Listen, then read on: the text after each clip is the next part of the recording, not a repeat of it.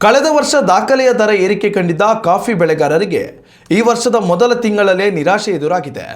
ವರ್ಷದ ಆರಂಭದಲ್ಲಿ ಉತ್ತಮ ಬೆಲೆ ಹೊಂದಿದ್ದ ಕಾಫಿ ತಿಂಗಳಾಂತ್ಯದ ವೇಳೆಗೆ ದರ ಕುಸಿತದ ಅಪಾಯ ಎದುರಿಸುತ್ತಿದೆ. ಇದು ಕಾಫಿ ಬೆಳೆಗಾರರ ಆತಂಕಕ್ಕೆ ಕಾರಣವಾಗಿದೆ.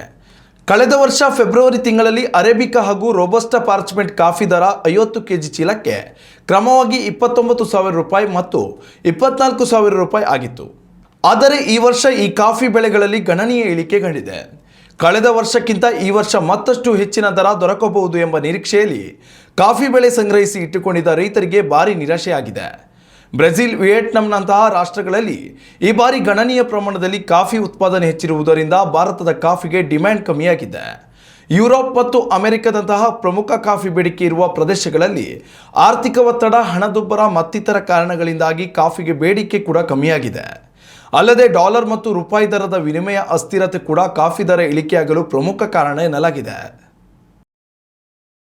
ಉತ್ತಮ ಸಂಸ್ಕಾರಯುತ ಶಿಕ್ಷಣದೊಂದಿಗೆ VSS English medium CBSE school Udupi Muddur. ನರ್ಸರಿಯಿಂದ 10ನೇ ತರಗತಿವರೆಗೆ ಶಿಕ್ಷಣದ ಜೊತೆಗೆ 5ರಿಂದ 10ನೇ ತರಗತಿವರೆಗಿನ ವಿದ್ಯಾರ್ಥಿನಿಯರಿಗೆ ಉತ್ತಮ ಹಾಸ್ಟೆಲ್ ಸೌಲಭ್ಯವೂ ಇದೆ. ನಿಮ್ಮ ಮಕ್ಕಳ ಪ್ರವೇಶಾತಿಗಾಗಿ ಈ ಸಂಖ್ಯೆಗೆ ಕರೆ ಮಾಡಿ.